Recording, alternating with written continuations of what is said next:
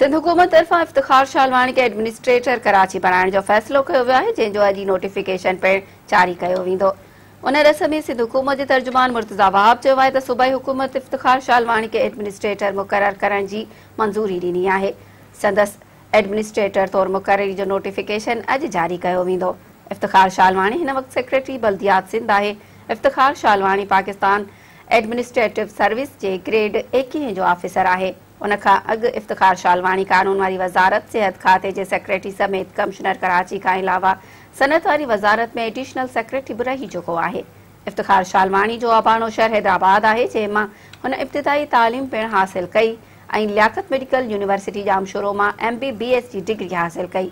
हुन 1993 में civil service जो इम्तिहान पास करे डिस्ट्रिक्ट मैनेजमेंट ग्रुप ज्वाइन कयो ऐं हिन वक़्तु इफ्तिखार शालवानी सेक्रेटरी बल्दियात पिणु मुक़ररु थियल आहे।